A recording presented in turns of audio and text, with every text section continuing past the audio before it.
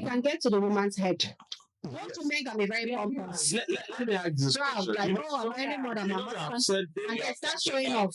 We have talked about the presentation, how she speaks, and all of that. I think it's more than speaking. Okay. Because I'm running this house with my stage wife, on this podcast. The one you said she shouldn't wake up at night, but later change it. Now I know she can. She knows how to do it, so that's no problem. But then, just imagine this is supposed to be our home, and I leave this home in the morning. I come back at night.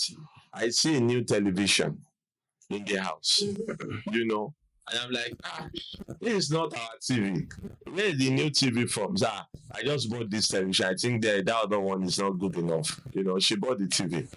She buys the TV, and I come back again another day, and I see every time I'm seeing something new. Our house is getting more beautiful. But do you think I should be very comfortable in that situation? That's why I find that she's spending her money. So that is where I would say that there are conversations. Exactly. So there's a need in the home, and we have to go that, babe, so what do you do about this? What do you think? What's your plan? That point of allowing the man have a contribution to that, even deciding kind of along, let's do this, let's do that, and then they go together. Not do it. That's where the problem is. Yes. Removing the man from the equation. Yes, if the man is the head, you can say, we want to buy an 80 inches television, and the man says, no, why are we buying 80 inches television now? When this morning we also want to do something else. Yeah. You should not. I feel that, I'm sorry to say, with all due respect to all the women out there, that there are times when women work, they do something in the spur of the moment. You just feel, this one, you do it. So there are times you think, okay, you wait for me because you think I still have to give the money. But when you now have the money, it's almost like you don't have to wait for me before you make that decision. That's why you can come into the house and you buy new television. And my home, I feel like a tenant in the home.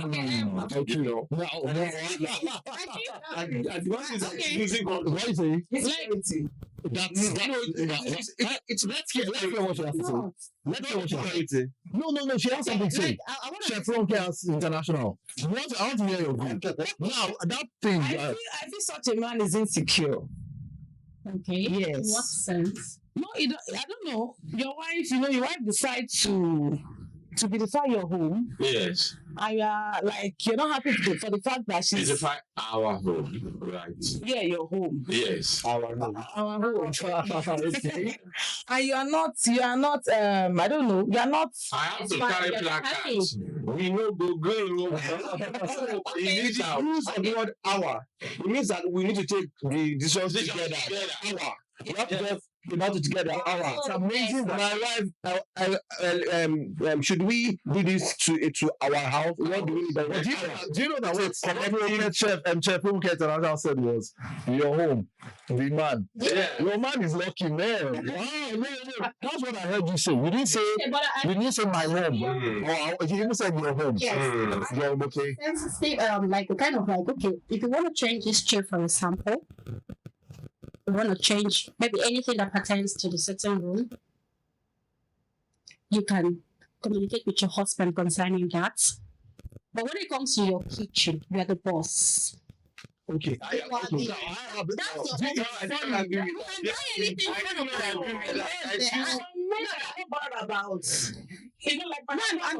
I'm just saying. You don't even know which sofa is trending. He doesn't have the time. He doesn't have the to oppose the wife. We can tell that it is I want to oppose the wife. Very relative. It's very relative. It means that you need to know kind of person you're married to know how to manage them. Exactly. It's relative. You have to inform them about everything. You have to inform. Yes. If you decide that you can do things behind it. And it's not bothered. And it's not bothered. I use the word inform. I use the word discuss. Okay. Carry man. I lived as a bachelor man for many years. And I ran my own kitchen. Come on. So I know what it means to to run a kitchen. Chef Emperor.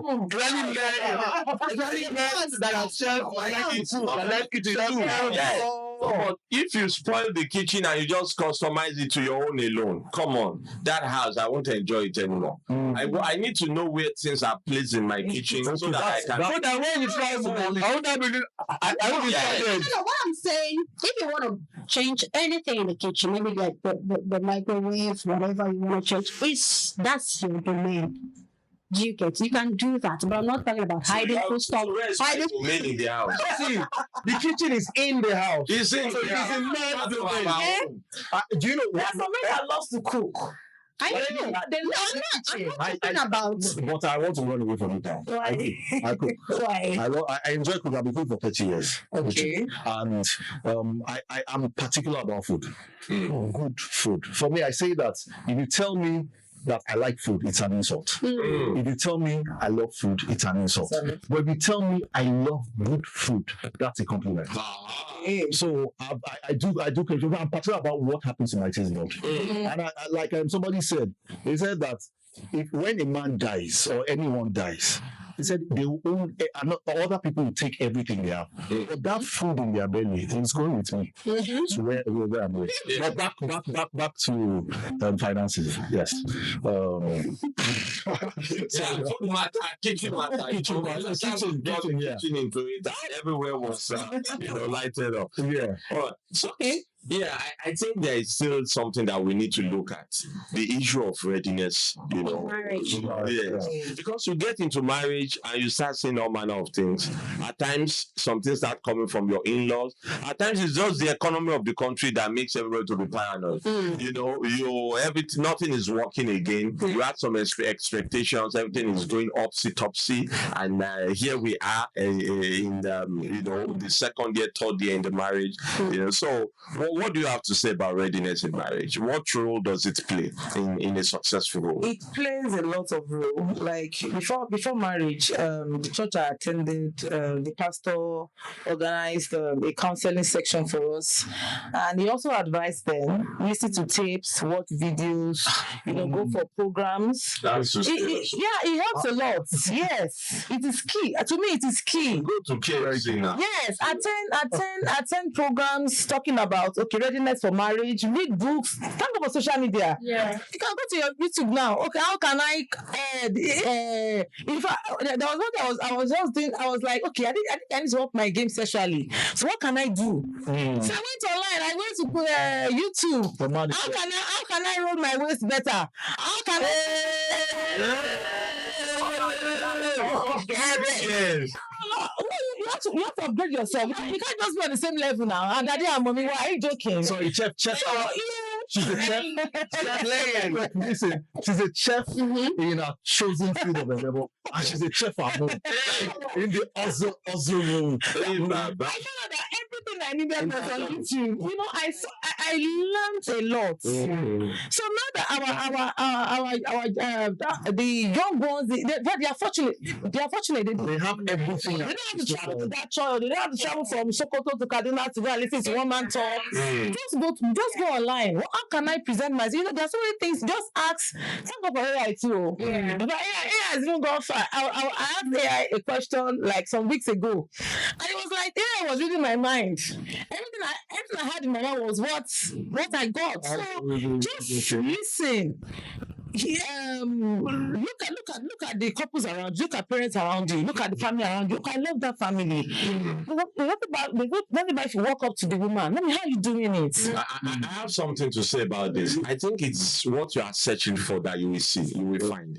If you are not searching for something, it doesn't matter if there is abundance of it everywhere. You won't find it. Some people can just be complacent. They are complacent. You know what problem with marriage? It's not just starting today. It has always been there.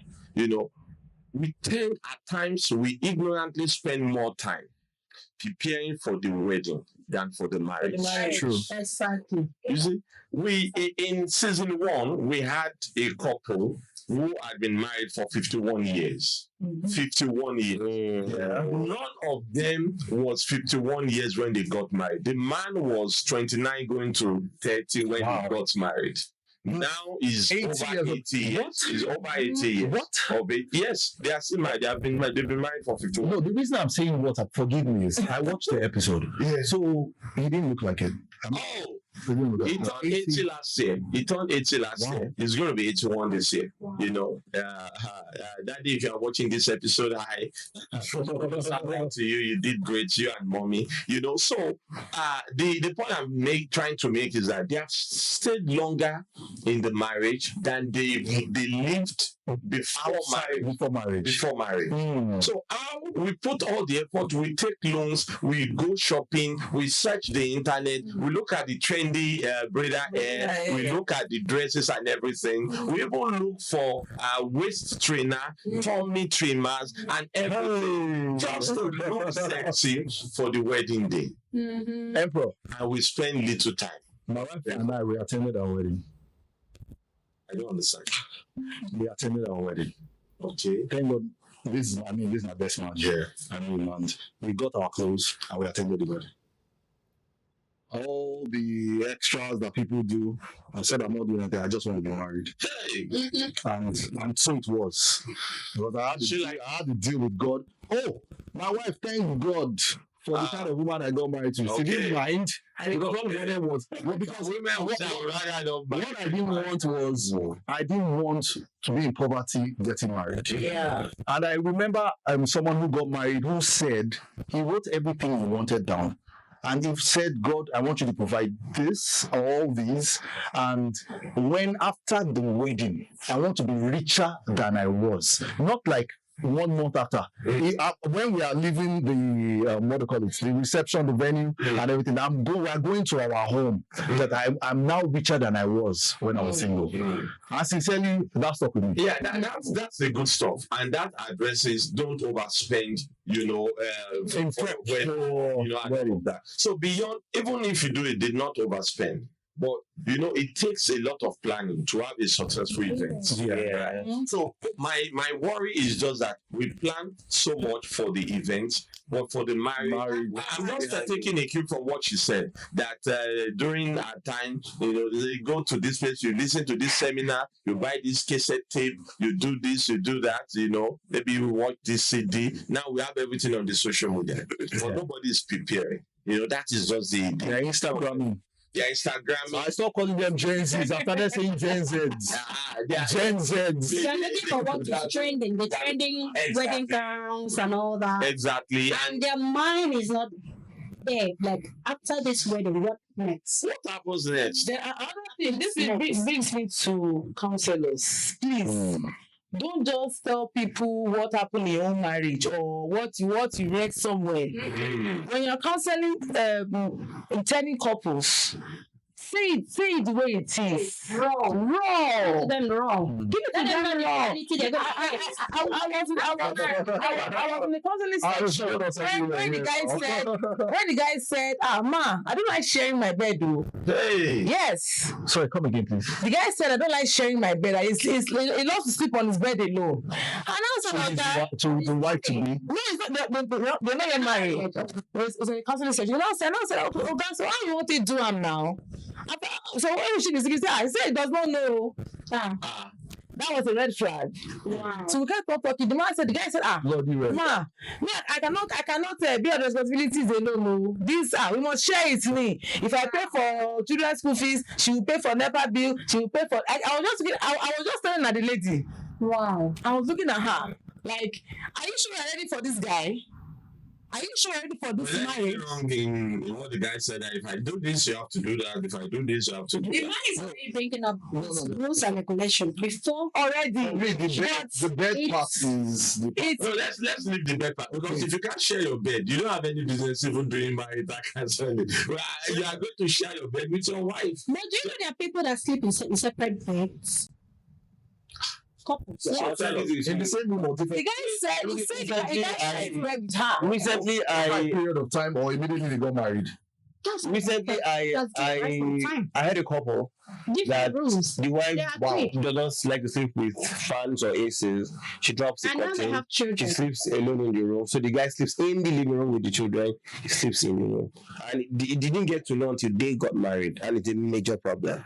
and he really wants to work out of it. So for me, I say that when it comes to faith-based counseling, by culture they are usually not detailed, not saying the truth. But when it comes to professional marriage counseling, we go all the way, we go down the length because there are different issues. You know, I remember when I was going to get married, my mother, said, I hope you know that in your wife's father's house, you can sleep under a looking lamp. No light on. Light on. And for people like me, I like light off, or maybe just a ray of light. So how do we manage it? Sharply, we sat down, we had the conversation. So that at the end of the day, and then So they're sleeping on different kinds of bed. Sorry, are the lights still on? Yeah. Are the lights still on? The ray of lights and no lights. Okay. So and then again, there's a part of sleeping on two different kinds of bed: the orthopedic bed and the soft bed, the hard bed and soft bed. But they are still the same bed. So there are lots of differences that if we keep talking about it, we will realize that they happen in marriage. But how do we shift grounds and balance? Because for me, marriage is about shifting grounds. Yes. Yeah. And if you're not able to shift ground, you're not going anywhere. Yeah. Couple say because the guy will say this is the kind of food I want to eat. I remember years ago, my son's friend got married, and the first rule that the guy gave is the kind of pepper I eat is what you use stone to grind. And if you cannot do that, this marriage didn't use well that too much. And I'm wondering, or I know that what were they talking about before they got married? Because then I think the guys on biblical code was drowned with that. So the truth is you hear and see weird stuff, but have the right conversation. Of course, I followed this line, so I attended my wedding. Which as I see, the small job. This smoothie was there. No, I didn't know. I just attended the wedding and I left there because for me too, I wanted something simple. I just wanted to marry my wife. I just wanted to be married. So we shared the I same. married late for a guy, 38, at the age of 38. So I just felt, I don't want all the paparazzi. If it was just going to be a vestry, I was good. Yeah. Well, you are married, husband and wife. What now do you do with all the events and the lyrics and the... I mean, I didn't need it. I will add to it In my mind. In this climb, the marriage fiasco actually are for the parents. Let them enjoy. Yeah. Focus on. It's a lifetime something. In fact, till I don't think I tomorrow. want to be married. Wedding. Or- Wedding fiasco. Parents level, that's where Yes. I think it's for the parents alone. There are women that like it. Women. That's why Yeah, couples women decline that's after really party. like- That's their own. Mhm. That's their own. Yeah. No, the truth is, if the funds are available, it's not a problem. I mean, you have 100 million. You want to cop out 10, 15, 20, 30 million. You know that looking back, I mean, look at what is left. You know, no shaking. I mean, for those who have the funds, it's not a problem. So we are talking about that's for less than 1%. Percent, but we're talking about the harsh reality. I mean, you don't have savings, and you want to pour everything into men now. Even for those who have the funds, the focus should be building the marriage. And that is what Even for those who have the funds. that leads me to a question of the role of financial literacy in running a home. So let me say something. Well, I was going to even say that before you mentioned it, which is beautiful. I heard of a story before I got married. Sincerely, I just love that story. I heard of a guy who wanted to get married. Went to meet his dad, I'm ready, and everything. And his dad asked him, how much have you saved? And the guy said at that time, for 1 million naira for the wedding. How much do you need for the wedding? He said 6 million to make it what it should be. The dad said, okay, use that 1 million naira for the wedding. After the wedding, come back, I'll give you 6 million naira to start your life. That's what the father told him. And I'm like, damn. I mean, I just wish I could get that. What would you want to do 6 million naira on the wedding? Giving him the 6 million. Yes. So what was That want to show themselves. 6 million? He said 6 million to start to do something Yeah. that will settle you for the rest of your life. That was a wise one. So that was I said, even if you have the That was finance, a wise one. finance do not keep marriages. Money do not keep marriages. Mm. Because the rich also cry. And I've seen rich couples coming for sessions. themselves. They cry more than the average Nigerians. I've seen rich couples, comfortable people. Yeah. They come in for pleasures, they have the money, they have everything, but they still do not understand the rudiments of shifting grounds, accommodating one person, getting a partner, and if it be because they have money, they can buy everything, everything can work. And it doesn't work I that don't way. want us to talk about those guys that who have money. I want us to talk about, because me, I don't have money. I don't know. Maybe I'm in the company of the rich boys and girls. Yes, you are. You can't be emperor for fun. I just want us to talk about the majority of the populace. And we are talking about, you have 4 kids. The kid, you need to pay school fees. We are in the month of April now. The kids are on holiday. In a short while. And they are resuming soon. And one child is paying maybe 350,000. You have 4, and you have to pay 1.something million. So I have a question. So why in 2025, why would we be paying so much? I know at least 5 couples that are homeschooling their children, and their children are doing way better than children that goes to school. Most expensive. And their teachers are from all over the place. I'm just saying, so why would you want to spend so much, give so much to a school that your child is at risk of picking bad habits, and then being pressured or facing peer pressure? Because this is what they do now in schools. They want to have birthday, party packs, and I wonder what is going on? Yes.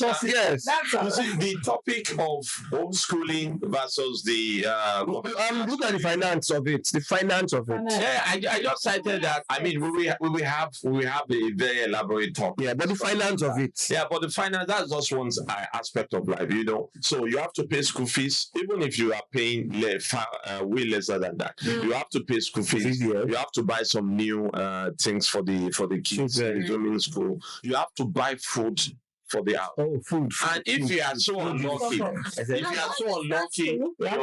know that. And if the chef can get and if you are unlucky, your rent, this month of April. So everything, is like the whole world. Financial planning.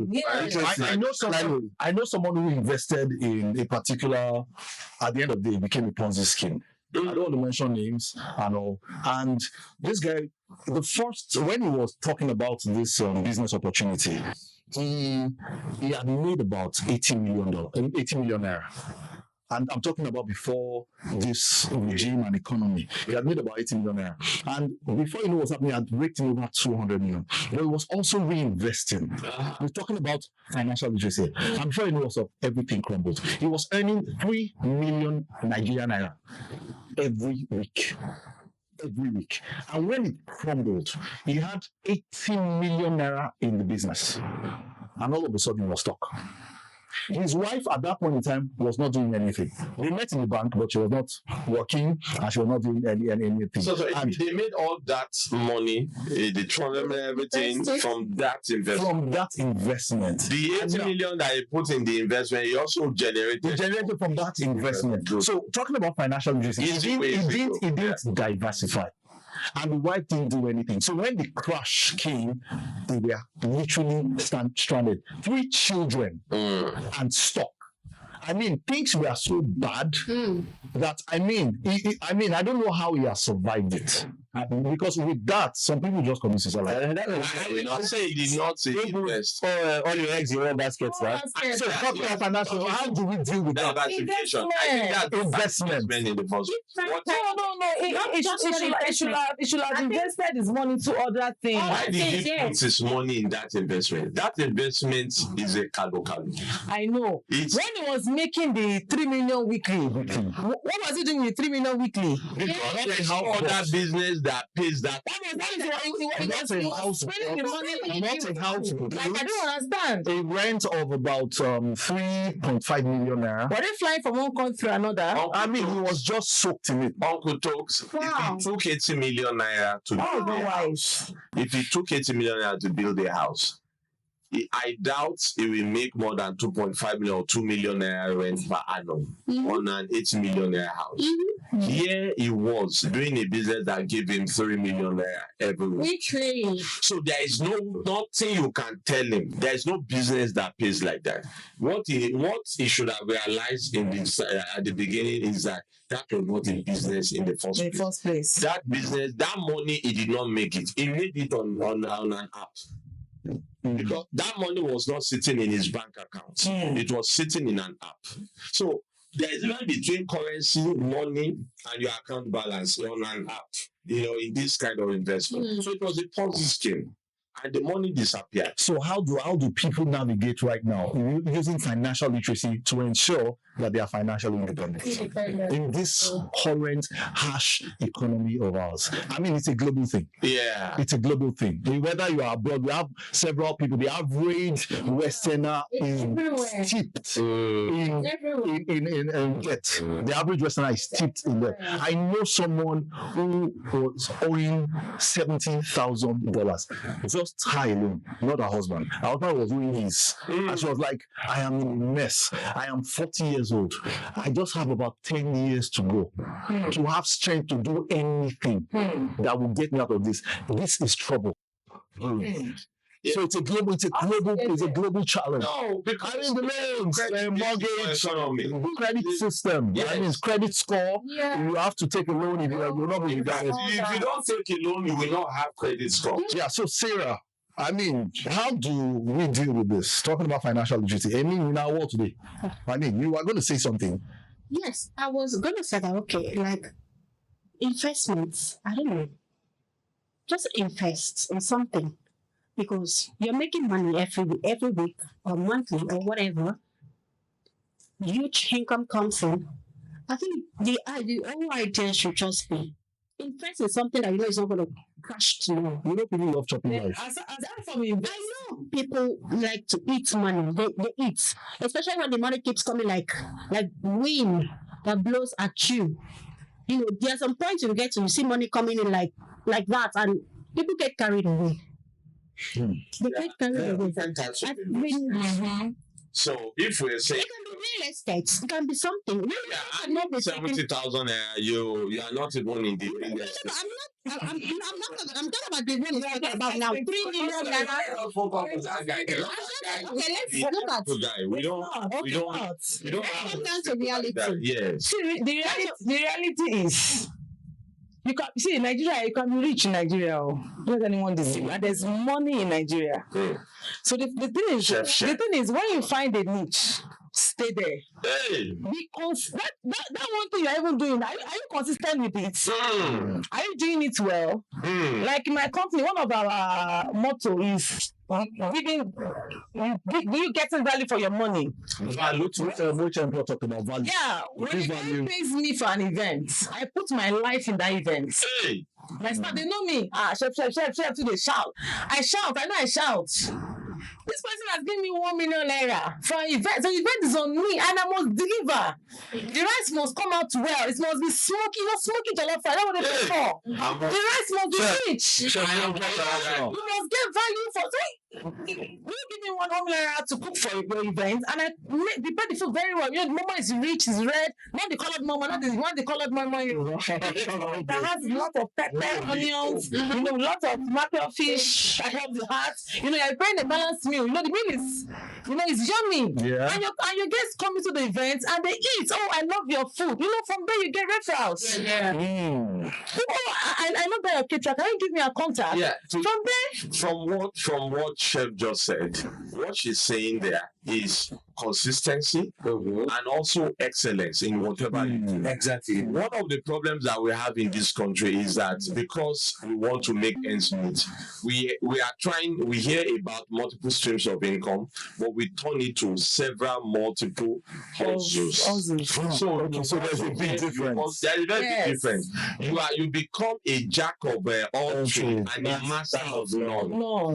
People will pay you a token when you don't deliver value. In fact, fact, they will not call you back and you will not get it fired. But when you become an expert at what you do and you know it 360 degrees, because that thing that you do, there's length, there's breadth, and there's height of it. If you know the length, the breadth, the height, people will call you. You will have repeat customers, and there will be referral. I think that points to what Chevron International and Sarah said in terms of training, Investment, properly trained. Yes, and giving value, like you said, and a whole lot more. Financial literacy. There are types of investments, different types. Literacy, yes. There is short-term investments. I mean, you have to make investment, no doubt, to have a future-proof, career, business, and everything. There's short-term investment. There is mid-term investment. There's long-term investment. But of all the investment, there's also the investment that you make into yourself. To ensure that whatever you are doing valuable, yes, you are valuable, and the value that you offer in year 2020 is not what you are offering in 2025. Now is better and bigger. It's amazing that some people's value isn't just what they do, but their personal. I mean, they are appearing alone. It's coughing out money. I mean, I just appear like we want you to be here. I know. If that man walks into a room, I call it perfume man. When that man walks, there's a way he walks, there's a way he babs it, there's a way he they have this composure. Yes. And when he walks in that perfume, that fragrance, Aura. I'm sure when you look for an engineer, you look for an engineer that knows what's going to yes. and everything. So you just have to know where to put your investments. Yes. I was privileged to read the financial book. I believe we would have bumped into it by Robert Kiyosaki. Yeah. And also Cash Flow Quadrant. Yeah. And sincerely opened my eyes. I mean, I read it like that was almost 20 years ago. And sincerely, I was just like, what? I mean, like what? We saw money where there was no money. Yeah. And all that. Then the cash flow quadrant, we talked about people, those in the employee, yes, the entrepreneurs are the quadrant, and we have the investors. Yes. We have people who just plug into investments. Of course, we were talking about one before the program started and everything. People plug into investment, take advantage of it, and make something out of it. I don't believe in just plugging into a trend, into something that just happened, because anything that you cannot repeat does not give you a future-proof, income or whatever. I believe in something that you understand, you grow, you become an expert at it. I mean, I'll say this, not countering. Yeah. There was my barber, my current barber. Yeah. He told me of an opportunity lost. Yeah. He said when Bitcoin started, he was introduced to it. Yeah. And he was like, no, and he said there's somebody that's on the Redemption City of God, Nigeria here, West Africa. He said that the person grudgingly invested 150,000 naira. Grudgingly. Yeah. And he said, just leave me alone. Yeah. The investor was disturbing him. Just leave me alone and invested it. He said down the line, so I think that's over like 10 years now or more. He said that's what the guy has. He has 10 Bitcoins. 10. The value of Bitcoin now is about, that's about $1 million. $70,000 a piece. I think it dropped recently. Okay. Yeah, it dropped recently. I mean, there was a dip. So it's about $700,000. And that is what the guy earns. And of course, the people who started. No, he does not earn it. He owns it. He owns it. Yeah. I mean, owns rather. Yeah. So the people, there's this particular guy in 2014, an American, who was telling everybody. He said, I am telling you to buy just one Bitcoin. He said, please buy this one Bitcoin. Buy this one Bitcoin. But I said, I know you will not buy it. Yeah, but there are so many phony people all over the world. And when you buy a Bitcoin, I don't care how much Bitcoin appreciates to. I will never buy one. Oh, really? I will never buy one. So now finally we have. We have to wrap up right now. Yes. So we have countries that now have legislations that backs up with Bitcoin. Okay. So now, we have universities in the UK. Today, I read the news that says that some schools now accept Bitcoin for transactions and all that. But once upon a time, you cannot spend it legitimately anywhere. You were just transacting this so-called mathematics. Crypto. Whatever it Okay. is. Exactly. The mining. So it didn't make any sense. I know that there will be so it's like a gamble. If you tell a gambler that you don't know what you are doing, he will tell you, I made money yesterday, and you cannot fault it because he actually made money. So the fact that he makes money is not what guarantees the future.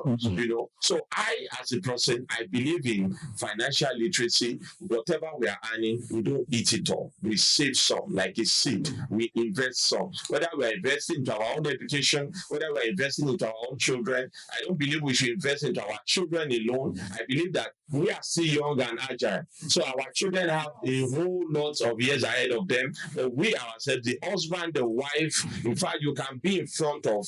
I tell you quickly, I have a kid brother who is a lecturer. He has a wife that his wife was trying to learn everything. What can I use to support my husband? Then she learned how to make clothes. But she then realized that everybody in her network, she has like 5, 7 people doing that job already established in her church. And he said, oh, who is going to patronize me? Do you know what she decided to do? She started making YouTube videos to show the latest Ankara trends. And after 1 year, she started earning 4 times her husband's salary from that channel. So we're in the knowledge economy. We have to learn, we have to unlearn, we have to relearn, and we have to upskill. Chef said it. She said it. She said, if we're all doing the same thing, I have my own clientele. I mean, she said it. Exactly. Yes. And that brings us to the end of this wonderful, wonderful family show, the Happy Family Show. I mean, I want to believe that you've learned a lot. I have learned a lot. I mean, through our guest, the Chef Runke International, of course, Emperor said a whole lot. Financial literacy. We've had, Sarah talk about trainings, and also Papi Sam giving us a psychotherapy therapeutic, view to what it's like to survive in this harsh financial economy. I want to believe you've learned one or two. And the most important part of, getting knowledge like this is that you get to apply it. I believe we'll be coming your way. I mean, we will be coming your way very soon. So just watch out for the next episode. Yes, we'd just like to get, the final words from this great man, Papi Sam, Chef Runke International, Emperor, and Sarah. Yes, Papi Sam, let's start with you as we call it today. Yeah. At the end of the day, work on your finance, get better and improve. That's everything. We're having this. We've had the conversation. Do something about it. Do something now, and become a happy family. How dearly beloved guests. Taking it to the aspect of woman earning more than the man. If you are the man out there, support your wife. If your wife is earning more than you, making money more than you, support her. And you, the woman, support your husband. You guys are made together to support each other. And wish you all the best. Wow, thank you. And I would like to also refer us back to something that our guest said, today, the future forward female. Future. So every woman out there watching this program, this episode, please be a future forward female.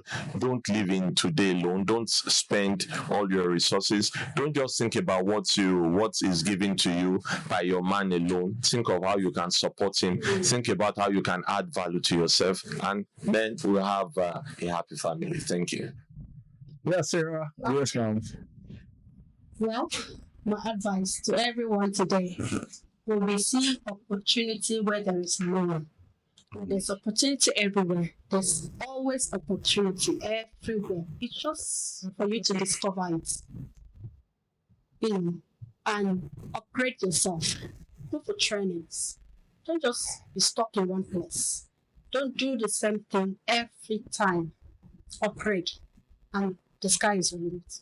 Thank you so much. A big thank you. It was great having you. I mean, this wonderful, let me use the Gen Zs, forgive me, I said Gen Zs, this wonderful convo with you guys, man. Yeah. That's amazing.